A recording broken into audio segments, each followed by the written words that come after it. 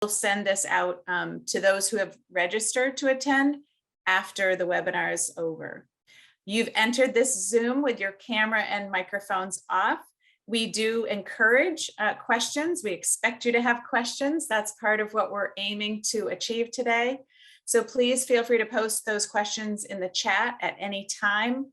A reminder, however, that whatever you put in the chat will be seen by all participants. So with that, it's my pleasure to turn it over to Jeanette to take it from here. Thank you. Hello and welcome everyone. As I am navigating the slideshow for myself and our other panelists today, Nicole Kaloran, a colleague of mine at Vermont Law School, will be monitoring the chat and sharing the chat questions. We are planning to take questions after our presentation. So at that point, we will be, for folks that would rather do this orally and with your face on the camera, feel free once the presentation is over to turn your camera on and to unmute yourself and ask your questions. We'd ask you to raise your hand and one of us will call on you if you have a question. So without further ado, we are here today to talk about how to hire and work with an attorney. And who are we? Mary Ashcroft is the legal access coordinator for the Vermont Bar Association. Mary is also a longtime attorney and a select board member in Rutland. She has experience both as a practicing attorney for many years in the state, but also as someone who has had to hire an attorney for an assortment of purposes. I am Professor Jeanette Ikes. I am the director of the Center for Legal Innovation at Vermont Law School, where I am a research professor of law. And I was also owned and ran a small business in Vermont for over 10 years. So I come to this from my experience as a lawyer, law professor, and as a small business owner. Professor Nicole Kaloran is a professor at Vermont Law School, and she is the faculty lead for the Vermont Law School Entrepreneurship Legal Laboratory at the law school. And she is also a professor of law. She works with our externship program.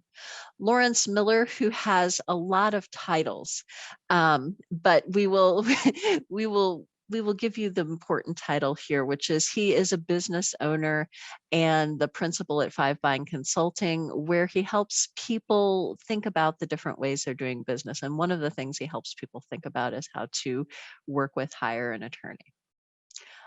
He is also the former secretary of the Agency of Commerce and Community Development. So he has a storied background that really offers some additional insights into this area.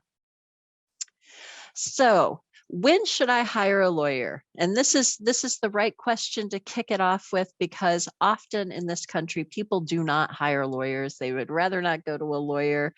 And I can't even tell you how many people, when I graduated from law school, sent me one of those calendars with 365 dead lawyer jokes. So know that no, we're not better off dead. What we're better off doing is helping you through your legal problems and your legal challenges.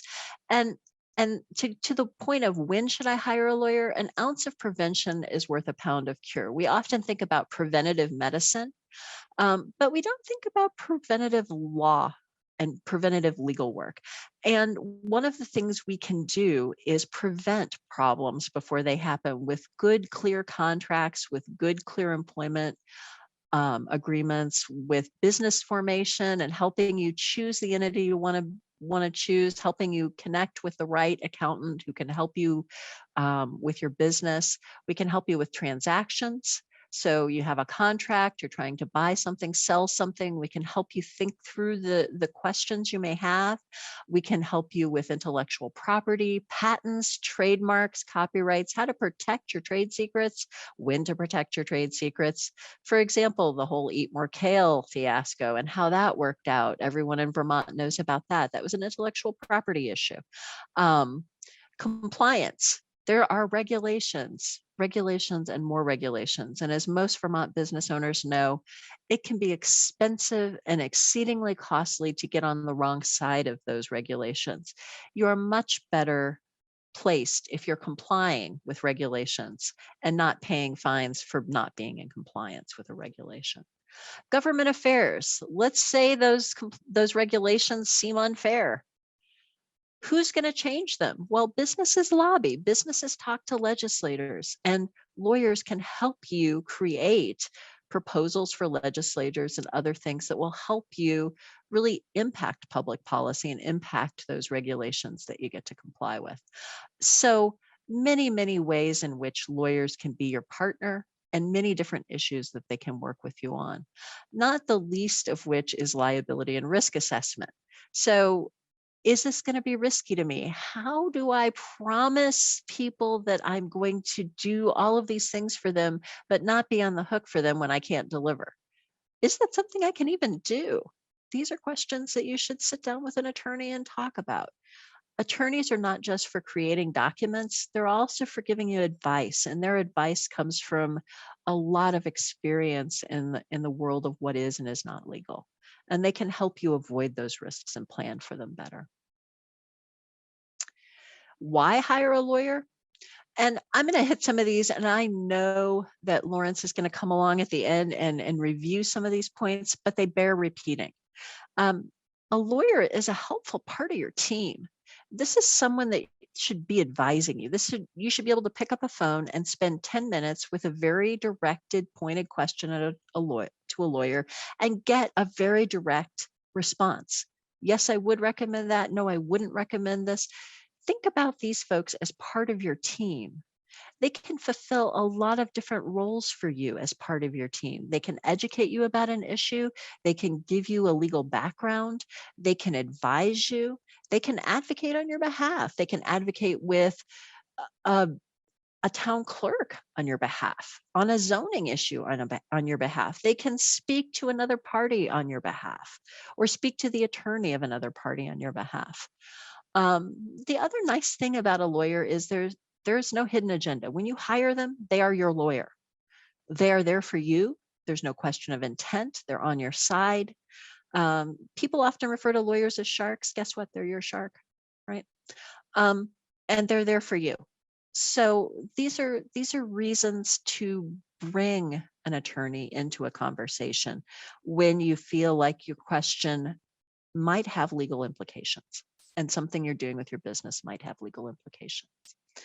And next, I'm going to turn over our conversation to Mary to talk about how to find a lawyer. Good afternoon, everyone, and thank you for having me. I've been on both sides. I've been the lawyer interviewed by a prospective client, and I have lately, more than I wanted to, been interviewing lawyers to help with nonprofit corporations and with a governmental organization. So how do you find a lawyer? Well, word of mouth still works, especially in a small state like Vermont.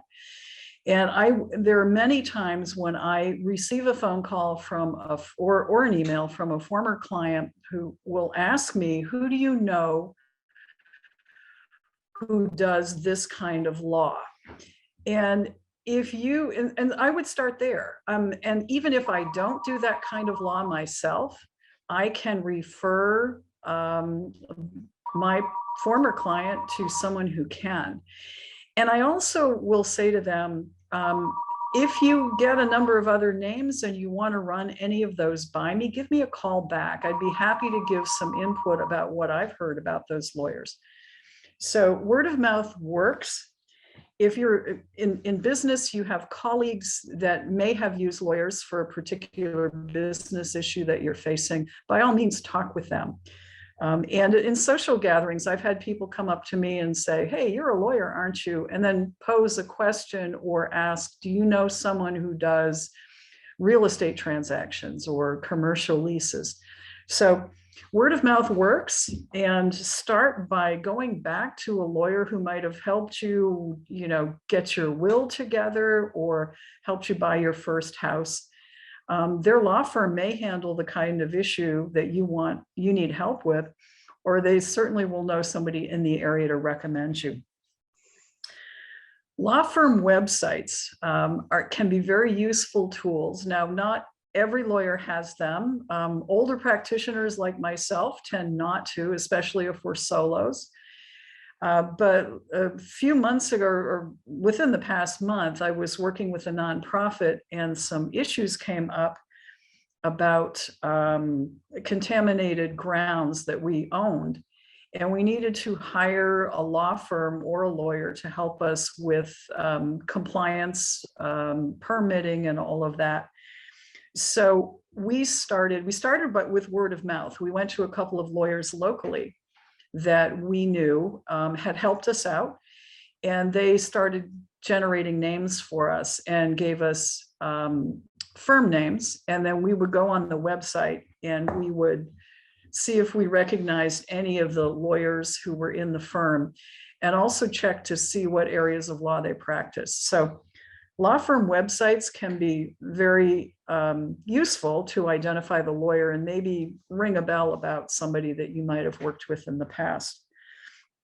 I don't know what to say about social media, mixed reviews, but certainly don't ignore it. It might be a good resource to get some information about a lawyer, but of course you don't have to take it as gospel. Just saying. All right, and then there is I work for the Vermont Bar Association, so of course I have to mention this. We have a statewide lawyer referral service. The contact information is there. You can call as many times as you want to get another name of an attorney. You will be asked information about what your legal issue is and what geographic area do you want the lawyer to practice in. And call back several times. You get a number, you call the lawyer's not available, call the lawyer referral service. It doesn't cost you anything to get the referral information. And the really good thing about going through the VBA's lawyer referral service is the first half hour of the consultation with a lawyer, they won't charge you more than $25. And so I've had folks, and if you've got some, fairly quick questions and you're not sure whether you need a lawyer, sit down, write out your questions, find a lawyer, do a half an hour consultation, and you may get a lot of answers, and also, of course, get a feel for the lawyer that you may or may not want to be working with. Okay, I get to say next here, right? All right. So interview the lawyer. We expect to be interviewed. We very often provide initial consultations free of charge. So don't be afraid to ask, can I have a consultation with you free of charge? And we do it for a number of reasons. We want to find out what you're going to be like to work with, and you want to find out how comfortable you are with us. So initial consultation is a pretty valuable thing. I usually plan on an hour to an hour and a half. You can get a lot of good, solid information from a lawyer during that time.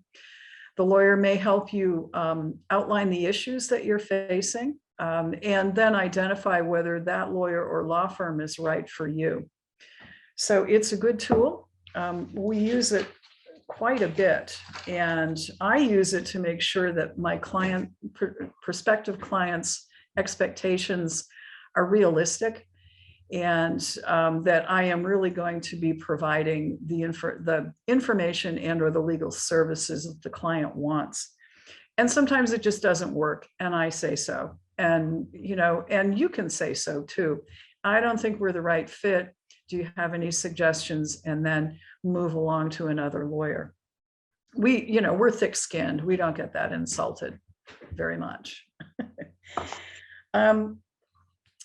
So include key players in your discussions, the initial consultation. We did 2 Zoom meetings, the environmental cleanup issue that we faced. We wanted to make sure that on the Zoom call, as we were assessing two law firms, we had the CEO who would be working directly with the lawyer on most of the work that was needed. You might also put in someone who is on a board of trustees who has special expertise. I was the lawyer on the board who got to sit in on these interviews, so I would raise issues or ask questions. We also had a consultant who was helping with some of the grant and preliminary issue spotting. And there could be a department head in your business that you would want to include in this consultation. So include the people you need so that you can make a good informed decision. Lawyers will ask you about not only your legal matter, but who might be on the other side of a dispute or a land transaction, who might be investors in your business. And they're doing that to find out if they have any conflicts. We're very, very acutely aware of the need to avoid taking any new client that may have a conflicting interest with an existing client. So we're asking those questions for a reason. Then lawyers, especially in large firms, will run a conflicts check, and they'll make sure that they can represent your business because they've checked, and there's any of the people you do business with or might have a dispute with are not someone that the lawyer has represented in the past. We found out when we had our little environmental contamination issue that when we started talking with folks in our area, they would do a conflicts check and they kept getting bumped out. They couldn't represent us because they had a conflict.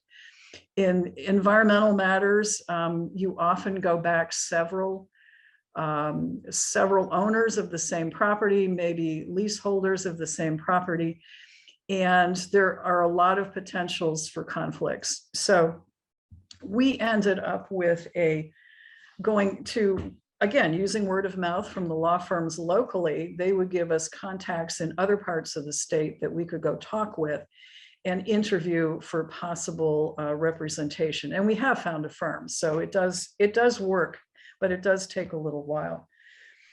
So a question that we had too when we were looking for a law firm, and I've used this when I'm on the select board. We also, use a law firm for several different issues, everything from employment to open meeting law to landlord-tenant issues, contracts. So the question we have is, how deep is the bench? And how many lawyers might be available to take on a legal problem if the primary lawyer is is on vacation? We have one of our attorneys that we use quite often who loves to go hiking, and he will be hiking in Nepal or in the Rockies, and we can't get a hold of him. So who's next on the bench that will take over if we have an immediate question or concern? And it's also good to identify that person. And we did ask for names of other attorneys that we could call within the firm if there were a problem. And our usual attorney wasn't available. Because we were a nonprofit, we not only had the environmental cleanup, I'm back to that issue again, but we also had tenants who were being affected potentially by the environmental contaminants. We had insurance coverage issues. So when we were talking with the law firm, and we realized we probably needed a larger law firm rather than a smaller one, we wanted to make sure there was a legal department within that firm that could cover those issues. So you're balancing large firm versus small firm. And those are, it might be easier and more comfortable on many issues to work with a smaller firm. But for major issues, you might want the comfort of a large law firm and the deep bench to help you out. And then when you're talking with the lawyer, you need to establish some ground rules. How will the lawyer communicate with you? How will you communicate? And what's the response time? I know these days it's often you send a text, you expect an immediate response. It doesn't work that way. And lawyers are now training themselves more and more not to respond immediately, because they need to be able to concentrate on the one, for a client, on the issue that they're working on. So you may find that a law firm will say, we'll get back to you within 24 hours. We prefer that you be in touch with us either by phone or by email. We discourage texts for whatever reason, or maybe they don't. And you should be clear on how you're going to communicate with the law firm. Okay, next slide, please. All right, so, okay, this is the big question. What's it going to cost me? What's it going to cost my business? The lawyers are very creative, and they have all sorts of ways of charging you money. And we're good about it. We had this discussion with a group of young lawyers yesterday. And the question is, as business people, you want to be able to budget. As lawyers, we want to leave it open-ended so we don't get stuck providing a service and not getting paid enough for the service and the work that we do. So by the job, fairly common things by the job are real estate transactions, wills or powers of attorney, simple contract reviews. I'll do this for you, and you can ask the lawyer, what would it cost to review this contract for me? So that's by the job, and you can get a fairly certain rate on that. By the hour is still the way many firms prefer to operate. Drives a business person crazy, and we understand that because it's so open-ended. But we do charge by the hour for many types of work, especially what we're getting into now with environmental contamination and the permitting process and possible landlord-tenant issues, because depending upon the players involved, it could resolve immediately, or it could take a long time, over months and possibly years, to resolve an issue. Contingent fees are fairly limited, and they usually relate to some kind of personal injury or an injury that's done to someone. And you recover, you pay the lawyer gets paid only if you are successful in recovering some money. Their contingent fees are not allowed in certain types of cases, but they are still a useful way of getting people access to a lawyer, particularly for some tortious conduct that has been done to you, an automobile accident or so on. And then there's hybrids, and it's fair to ask a lawyer, can you give me a range, please, of what it might cost, and can you stick to the range? I've used this quite a bit in real estate transactions. I used to do a lot of residential real estate work, and I pretty much knew in order to do a full 40-year title search, it would usually take me, and go to closing and do a title opinion letter and correspond with the bank, it would usually take me 4 hours, 3 or 4 or 5 hours. If I got one of those landowners in a town that owned property for 200 years and they own property all over town, it could double or triple the time that I spent in the land records. So I would give a range, and I would stick to the top end of the range. And if I didn't, I'd hear from the client fairly. That's fair. So a retainer, how do you actually pay the money? Well, a lawyer will ask you for some money down, and the retainer is usually what they want to see come in from you as the money to get their work started. I was pleasantly surprised when the law firm we were scoping to help us with the environmental issues said, yeah, we could start with $2,000 or $3,000. We don't need more than that. Their hourly rate was up there though. And I did ask, do you have a discount for a nonprofit? And they did. And when I was first practicing, and it's absolutely fair to ask if there is a discount for certain work. I asked, when I was first practicing, there was a kind of area that I really enjoyed getting into, and that was Act 250 work and zoning work. So I would discount my fees because I wanted to pull in clients. So I could offer a good discount, and I would work with neighbor groups, and we would go into Act 250 hearings and have a grand time for not a lot of money. Well, I was having a good time. I don't know about the rest of them. Pro bono is, of course, everybody knows about pro bono. It's for free. The lawyer works for you for free.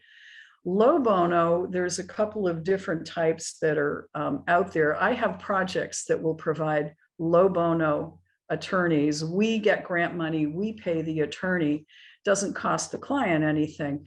The attorneys don't get rich, but they do get their expenses covered. They may have access to some specialized training, and they get a chance to work with business people or work with indigent folks or work with crime victims. So be sure and ask about that. The Bar Association also has a dormant but soon to be revived modest means panel. And that's a group of lawyers who will work for a discounted rate because you are, not low income. You can afford to pay something, but you can't afford to pay the usual rate.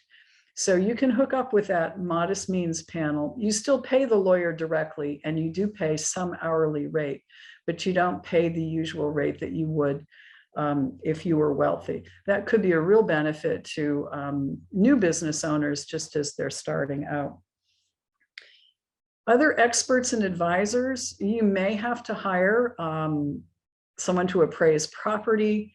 You should know who's going to pay that. It's almost always going to be you as the client paying that, but the lawyer will, be setting up the expert to help you out. Business accountants. So be aware that there could be other folks brought in that you will have to pay for. So ask the questions. So billing and bill paying, there's an art to this. And we talk with the young lawyers about this. When I was practicing, I would bill every month. And so I made sure that the clients knew what and I had detailed bills so that clients understood what I was doing. It wasn't just a quick coded message, but I would, explain who I was talking to and what I did or what document I was reviewing or what I was drafting or how many hours I spent in the town clerk's office. I made sure the client saw the bill. And I also made sure that the client knew how often they had to pay. And I expected some monthly payment coming in after the retainer was used up. And I'll get to the retainer letter in just a minute. But something else you should be aware of is what we call unbundled legal services or limited appearance representation. Lawyers sometimes, a lot of lawyers don't offer to talk about this, but they often offer the service. That means if you do unbundled representation, you might hire a lawyer to do maybe discovery in a case, do some documents or some negotiating, or maybe you're going to be the person who does the negotiating and you want the lawyer to put the end result into an official lease or some legal agreement. So you can unbundle services. You can do a part of it and the lawyer will do a part of it. And it can save costs, but you need to be really clear on who's covering what. I see this quite often in divorces. The lawyer may take, the personal property division or the real estate division, and the client will deal with custodial issues and that sort of thing. And finally, when you've interviewed the lawyer and you've come to an agreement and an understanding of what the lawyer will cover, what the fees will be, how often you need to pay the bill, you should wrap all of this up into an engagement letter that the lawyer will draft and present to you. I never did it while the client was sitting right in my office for the first interview. If the client wanted to go forward with me, I would send them the retainer letter, the engagement letter, let them look over the terms, And then if they agree to hire me, sign it and send it with the retainer check back to me. And then I would start representation. So a good retainer letter will have a good, clear division of what's expected of you and what the lawyer is going to do, and then the things that the lawyer won't cover. So that's what I have. Happy hunting for a good lawyer. That was great. Thank you, Mary. I just wanted to mention there's a question in the chat from Tina Bryan. She asks, hold on, let me scroll up just a second. She asks, what about setting up a business and changing from a sole proprietor to an LLC? I think this was back when you were talking about giving a couple of examples of, 4 hours to do a real estate transaction and communicate with the bank. Any response to that? Setting up a business and changing from a sole proprietor to an LLC. And that's a good, discrete task. And I think it's fair to ask for a set fee, or at least a range, and a fairly limited range for something like that. Yes, good example. Yeah. Okay, I think I'm next, right? Absolutely. We'll transition to Professor Kaloran. Okay, great. So if you could go to the next slide, please. Yes, if I could. Okay, so we're talking about bills. You might be wondering, what do you do with a lawyer's bill besides pay it? There's a couple things you can do with it, and I just want to outline what you can expect when you're looking at a lawyer's bill. First thing to do, of course, is you need to read the lawyer's bill. Remember, Mary was describing the specificity that she put into the time entries that she has in her bill. That is pretty typical of lawyers billing for the work that they do. I want to say, if you're paying the bill without reading it, I personally think you're doing it wrong. I think you need to read the bill. There will be important information in there. You should take the time to read through the bill and learn what you're paying for and why. You should expect that the time in the bill is going to be broken up into segments of an hour. The typical standard for billing for lawyers is 6-minute increments, 0.1 hours. I think I say, speaking for everyone who has ever had to bill, that this is the bane of a lawyer's existence. It is not fun to try to keep track of your time in 6-minute increments, but it is also how we feed our families. It is typical to round up to the nearest 0.1 hours. So that means that if you have a 2-minute email that you're being billed for, it might become a 6-minute email by default, or round up to the 0.1 hour. Some lawyers also bill by the quarter hour or even by the half hour, but it's typically by 0.1 hours. So just keep an eye on that, depending on the fee. If it's a $75 an hour fee, that's $7.50 every 6 minutes. If it's a $350 fee, then it's $35 every 6 minutes. So it can add up pretty quickly. The description of the work is important. Mary referred to this and the specificity that she puts into her bills. Some lawyers use more details. Some use less. Some use a standard description of the work that they're doing, especially if it's a flat fee or a by the job employment that you have there. Some might just include a bulk work description like you'd see in any other tradesman's bill. Some get very, very specific. Do read the description in your lawyer's bill. This should tell you what they did, and it hopefully will show some progress on your matter. And perhaps an absence of progress on your matter might be a reason to check in with your lawyer if you're concerned about it. There are different levels of billing within a firm with multiple attorneys. There's often an associate who is more of an entry-level lawyer, and a partner or a shareholder who is often the more senior lawyer, more experienced. As you can imagine, the associates bill at a lower rate usually than the partner's bill. There might also be a paralegal or other staff member who's billing on your matter who would bill at an even lower rate usually. It is typical for associates, more entry-level lawyers who are spending a lot of time on building up their learning curve, to be put on a matter, but for there to be no charge for their time. If you see yourself getting billed for an associate's learning curve, you might want to talk to the firm about it. So watch for it in your bill. You can typically trust associates to do a good job. They've gone through law school, they've passed the bar, or they've read for the bar, but you might also consider asking if a partner or an associate can do the work as long as you're prepared for the cost difference. You might also see a partner reviewing the bill, and you might see that pop up as a time entry. Partners, again, will usually bill at a higher rate. Just watch for that, and you can always ask. The next topic that I'll get to is what power do you have in this? You can always ask that someone else do the work at a lower rate, as long as it's a lawyer. Sometimes you may not be able to have a paralegal do the work, even though they bill at the lowest rate. So you can always ask for more details as well. You have the power to ask for the information that you need. This is a two-way relationship. If the time entry is too vague, you can ask for more information before you pay for it. If you're not sure who did the work, you can ask. The story here is you don't have to just pay the bill without question. You should be reading it and getting information and asking questions if you're concerned. Next slide, please.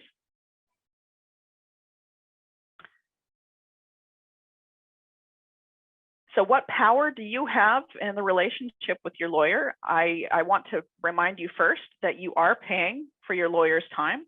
And so one of the things that you can do is to educate yourself.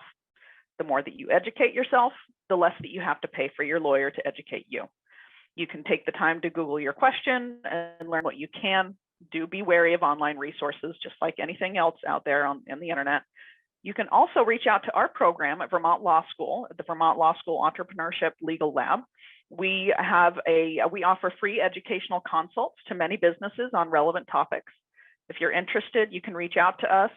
If we have a short URL that's in one of the first slides in this presentation, that's vermontlaw.edu/CNPP for Community Navigator Partnership Program.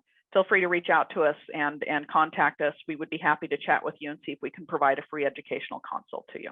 I would toss in that sometimes happens through the SBDC as well. So know that your SBDC business advisor may refer you through to us as well. That's right. You keeping in mind time as well. Being concise is important. You do pay for communication with your lawyer. Mary mentioned that you want to lay out some ground rules and figure out how that communication is going to take place. You do want to keep your communication simple, but provide the information that you need to provide to the lawyer. Lengthy emails take time to read.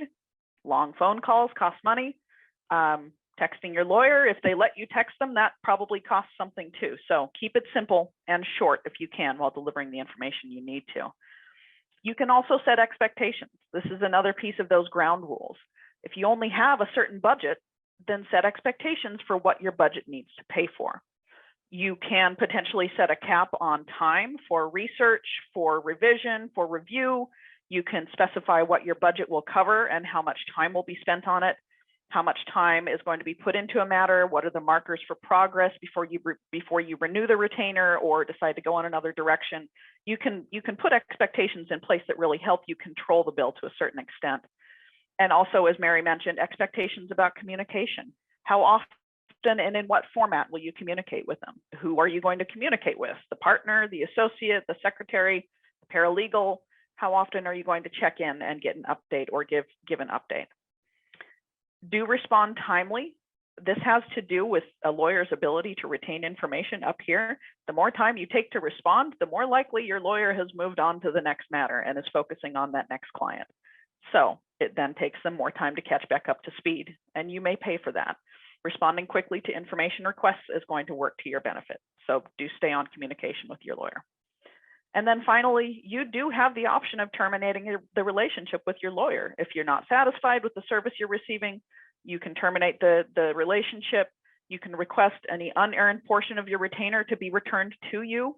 If you're in litigation, you might have to go in front of a judge to get approval for that. But just like any other relationship, you can control whether you're in it or not. Next slide, please.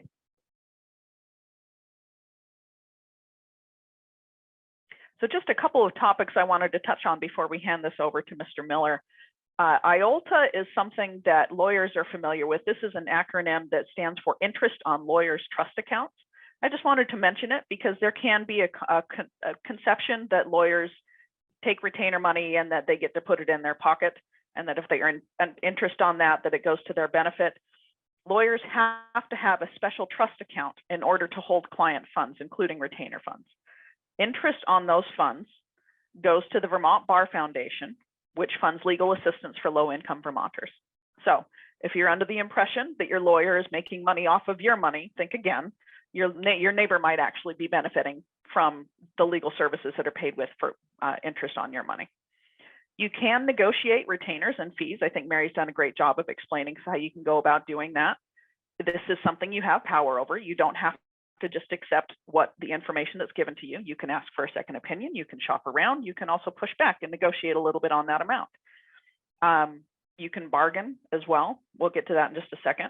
There's certain areas of practice in which there's not a lot of lawyers doing the work, so you might have a more difficult time being able to shop around, but those are pretty rare. There's a lot of lawyers, even in a small state like Vermont, doing similar work, and you do have the option of asking for other opinions.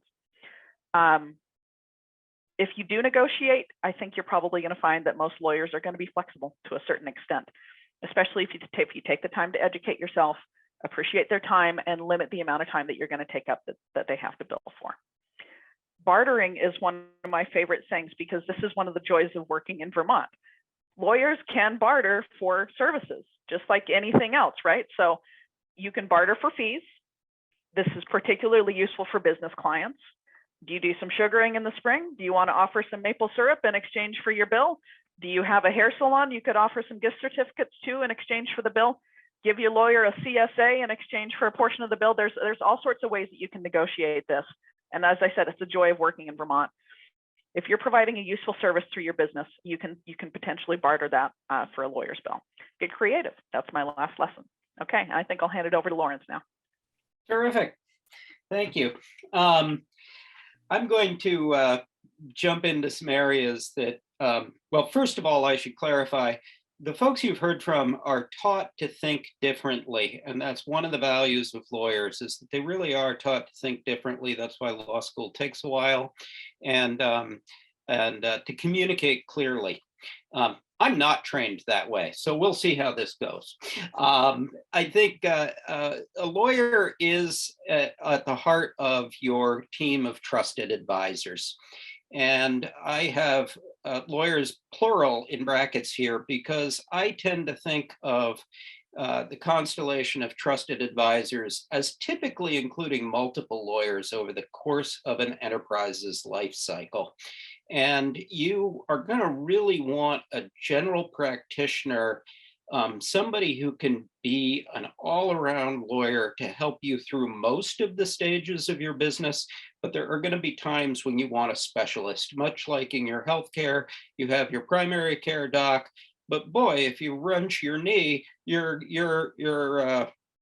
orthopedic doc is going to be in the lead position for about 6 months before you get out of that situation and back into a normal situation. So we're using this term a little broadly. They're in your team with your accountant, your business coach or coaches, your life coach, your consultants, and advisory board members. And I'll just mention my view of the difference between a coach and a consultant. A coach helps you think about how you want to approach something and how to think about things, and a consultant tells you what they think you ought to be doing. And so each of these team members have a different role, and it's important for each to play their position and for you to coordinate among them and to connect them to each other when it's appropriate. There are going to be times when your trusted advisors, being professionals who do what they do all the time, can have a really short conversation and move forward a lot more efficiently than having you in the middle. And knowing what you know and don't know is really valuable. And that goes to Nicole's comments about being really efficient with the billing and knowing what you need to be educated about. I also want to go back to something Jeanette said, which was that lawyers are great to avoid problems and challenges. They're also great for helping you identify opportunities. I spent some time in state government, and I created a business back in '89 that was in a very underdeveloped area, and having a coordinated legal strategy to help change statutes in Vermont was really important to create opportunities, not just for our business, but for the whole industry of craft brewing. So it isn't just a problem, it's how do I create the best opportunities for my teams? I'll also note your team might include governance board members, but they're substantially different. They share responsibilities for decisions with you. And I'll get to what I mean by that in a minute. Why don't we go on to the next slide? When I talk about trusted advisors, I want to parse this a little bit. Trusted to me is the most critical element. Without trust, the relationship is ineffective. To me, it's a question of focusing on several factors: their competence, your confidence, and shared rapport. Your confidence isn't going to be immediate. It's going to be built by experience. Their competence isn't going to be immediate. It's built by their experience, and understanding those things are really important. As Nicole identified, you're going to be careful about the amount of time you spend with these folks because of the billing implications. So you have to be really mindful about how you're developing that relationship and be willing to invest time and money in building that relationship so that you go over the fundamentals, consistent with Mary's advice, to Jeanette's advice, to get there before you need it. Spend the time developing it. References and referrals when you're trying to hire a lawyer are helpful, but nobody is the same as you. So interviewing is really critical. How do you communicate with each other? Do you connect? Do you have enough shared experience that you can be efficient in time? To me, that takes 2 to 3 people to compare. Sometimes it takes more, especially if you haven't done this before. You're going to want to have a few interviews, talk about what you think you want to accomplish, and listen carefully to the questions they ask you in those interviews. You want to know how they're thinking about you as a client. And if they're not asking probing questions about you, your priorities, your family priorities, in addition to your business objectives, you may not have the right connection just yet. It depends on how technical of a legal job you need done and how much that legal job needs to adjust to be aligned with your values and priorities and what you see as important. Much as we spend a lot of time thinking about bringing investors into the business and making sure that you're aligned with your investors, this is the same thing with your lawyer and your other trusted advisors. You really want to have alignment on a fundamental values basis, as well as complementing each other on the team from a skills and experience perspective. And you really, I can't emphasize this more, you really don't want to be trying to develop this relationship in an emergency. All of us have clouded judgment when we're under stress. You want to know who you're going to turn to when you need them. And this is especially important in complex cases where you need to clear conflicts ahead of time. I have paid lawyers to be on the bench just so I knew I had somebody who was conflict-free, who could advise me if I needed them, and had that relationship established, even though it wasn't active. Next slide, please. And what do we mean by advisor? Their role is to provide the best advice they can. They can only provide the best advice if they have all of the information that they need to do so. If you give them a limited amount of information, you're going to get advice that doesn't match your needs. You really need to dwell in this area and be super clear, transparent, and get over whatever embarrassment is holding you back. They benefit from a lot of experience in similar situations, so don't limit their advice to the technical issues.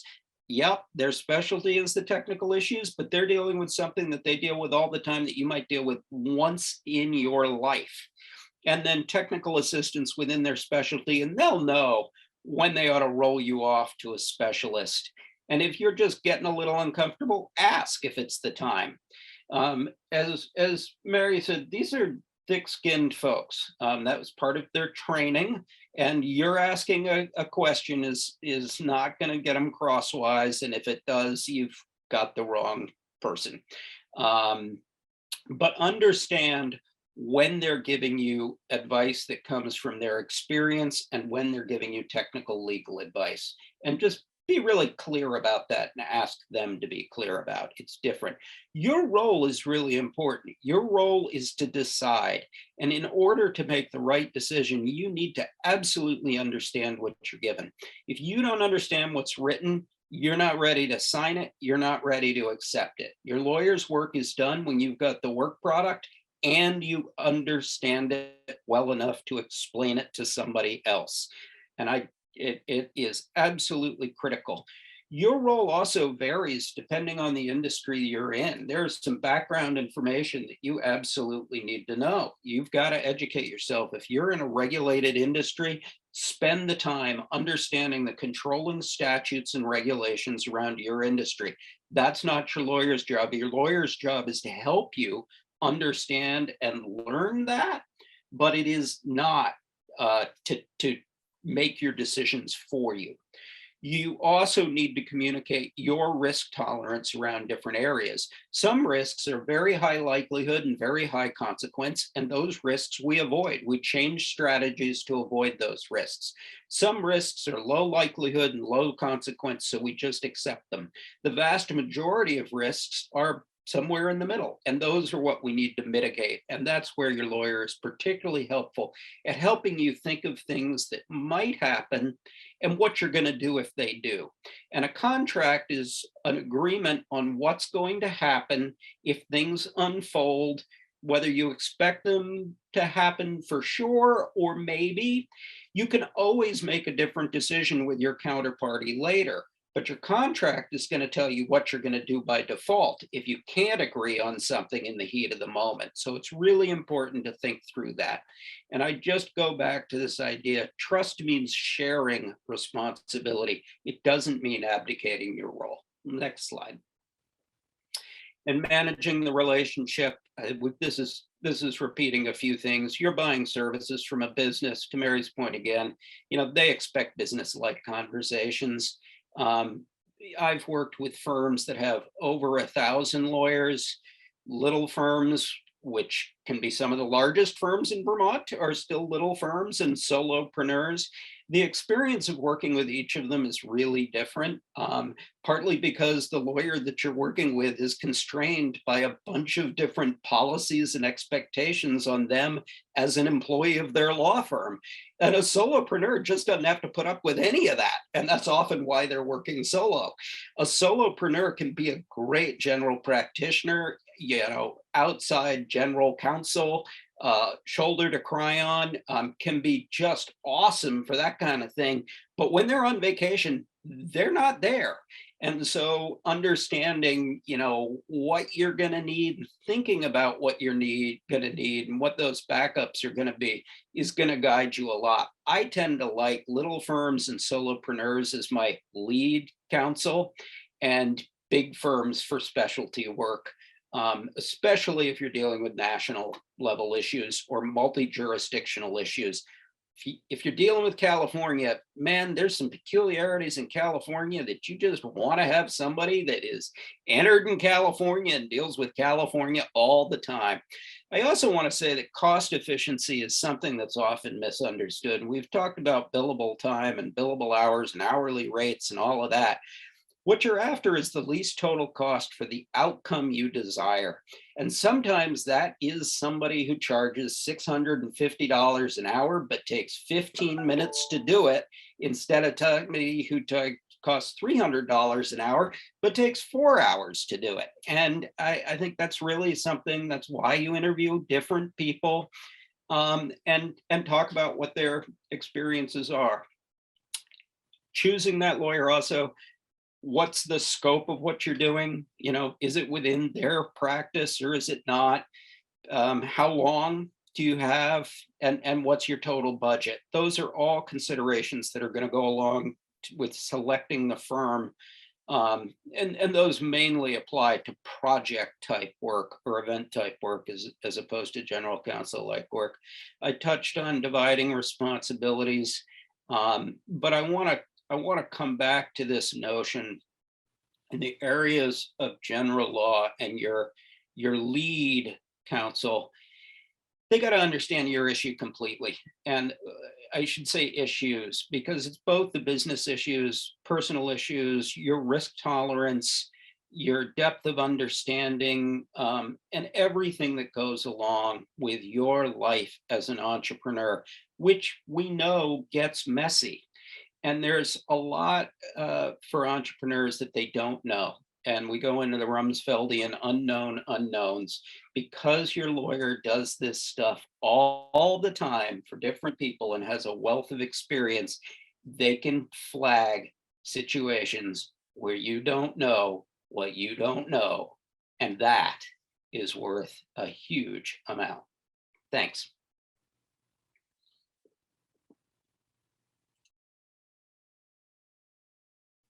So thank you to our panelists. And I think we're going to go ahead and advance to the final screen here. I'm going to note that the presentation will be available later and posted to the SBDC website.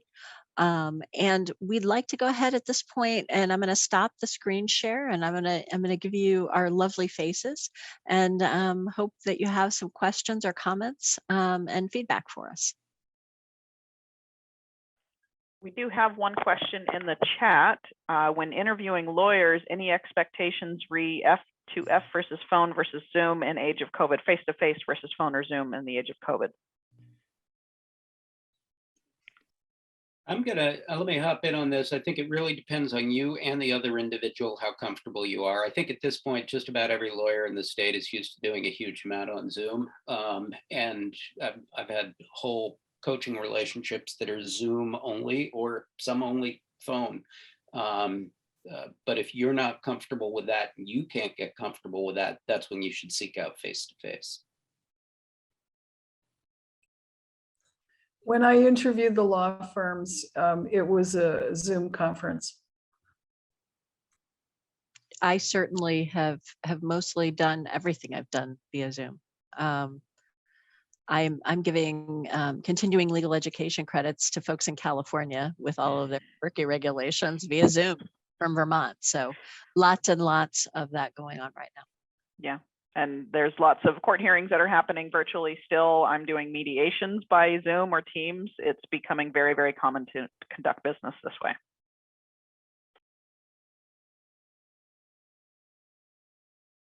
Other questions?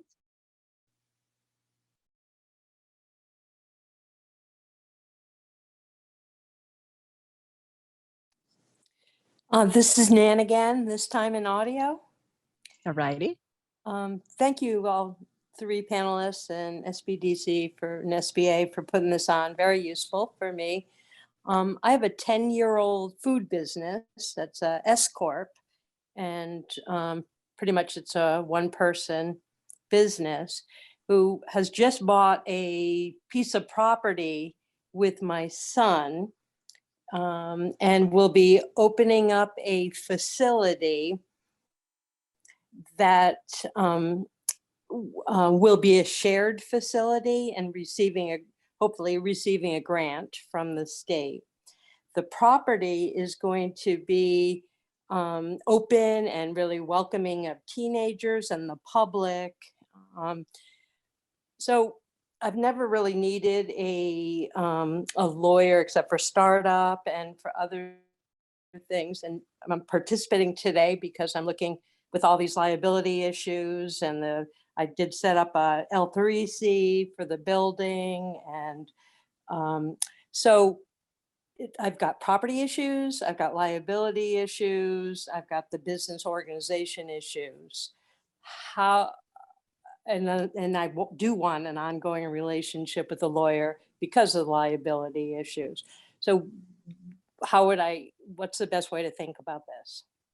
So I'm gonna respond to this in part and suggest that some of the legal education that the Vermont Law School Entrepreneurship Legal Laboratory Project provides can at least help you work through how to think about this and how to approach an attorney and what to say to them once you get there. and provide you a broad overview so that you can, as Lawrence spoke to, focus those conversations and make them responsive to your needs. That would be probably step one. And from that conversation, we oftentimes refer people to attorneys that have specific chops, experience in the area you're looking for. So that's another way to go. And then I'd pass this to Mary or Nicole to respond as well. That was going to be my response. So we'd love to help you with some education and possibly referral if we can pass you on after that. I think that sounds like it would be very, very helpful for you. Yeah, thank you.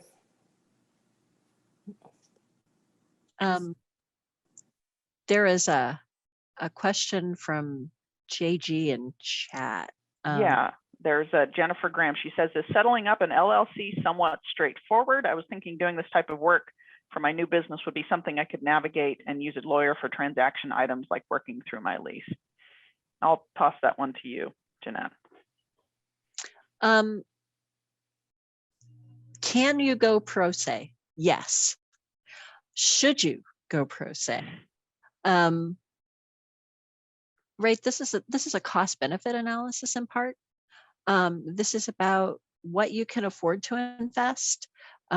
If you have a small business advisor through the SBDC, hopefully you've set up some kind of budget and they've helped you think about how to budget these things. It's worth speaking to someone broadly before you go down the path of pro se and doing it yourself. Certainly worth talking to your SBDC advisor and then maybe having an educational session. And then from there, making a slightly more informed decision about whether or not you should proceed pro se. Pro se is a lawyer term for doing it yourself. Lawrence, maybe you have some thoughts on this? Yeah, I've got two thoughts. One is that the distinction of an LLC versus a corporate structure or anything, that will depend a lot on what you have for investors or capital, or what you might choose for investors or capital in the future. And it's also two different questions. There's a legal question associated with it, and then a tax election question, whether or not you're going to elect to be treated as an S Corp and a pass-through tax entity, or elect to be taxed as a C Corp. These are very different decisions. So this is when you need that team. It's both your lawyer and your accountant that you're going to want to talk to about what you're trying to accomplish. And I'd add right now, any lawyer worth their salt is going to tell you to talk to an accountant in this setting, and any accountant worth their salt is going to tell you should be talking to a lawyer. So you're gonna hear from both sides that you need a community to make a good decision, a community of advisors. There you go. Speaking of the team, there's another question in here from Deborah Boudreau. I apologize if I'm mispronouncing your name. She says, it sounds like all of you share the sentiment that having a lawyer on the team from day one. As a small business, do you hire that person on retainer or just to assist in setup and then on speed dial and billing only when you need them? Sort of a lead off from the last question too. Maybe Mary would like to jump in on that one, and then Lawrence. We had this discussion with our young lawyers the other day. The old-fashioned way of looking at a retainer was like a monthly stipend, not too much. I used to work for a railroad, and we kept a local law firm on retainer. We would pay them, I think it was $90 a month for just that time when we needed to call them and say, hey, we've got a boxcar contract we want you to review. And then they would charge for reviewing the contract, but they were there and they were ready and they were on retainer for the very purpose. They weren't going to take anybody that would, the boxcar company, for example, as a client, because they were representing us. So you could have that conversation with a law firm about what does it take to keep you as my lawyer and on call for when I need you. I was going to say, it's going to depend a lot on what the lawyer is willing to do. But from a business perspective, it can be a nice way of smoothing cash flow. And you're basically With a retainer, you can think of it a little bit as prepaid services, depending on how the firm treats it. This isn't money that's gone. They're going to use it against future billable hours. And so, by having a set monthly fee, you've locked in a predictable expense. And you might agree that you're going to stop when the balance gets up to $5,000 and leave it there or something like that. These are agreements. So it's whatever you and your lawyer agree to. And $1,000 might be as much as you can afford, and that's okay too. Have a frank conversation with your attorney about what you can afford, what you can't afford, and what it would take to have them on speed dial. So I don't think there's a precise answer. I think it's going to be a custom relationship designed between the attorney and the client to meet their needs.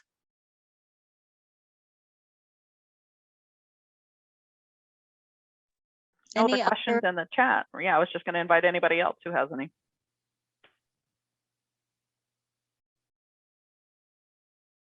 Well, with that, I want to, on behalf of the panel, thank everyone. Oh, here we go. We have another one. I own a small construction company.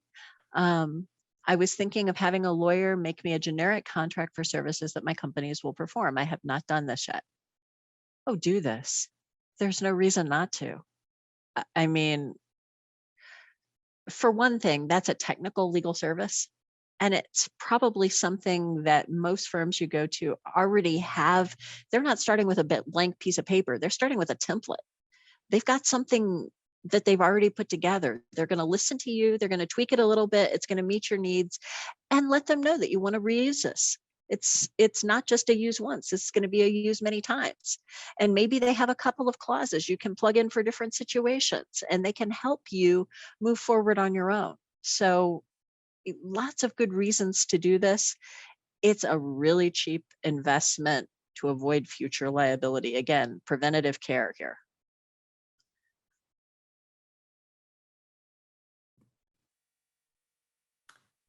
So this has been great. I really want to thank everyone. Our panelists, super helpful information.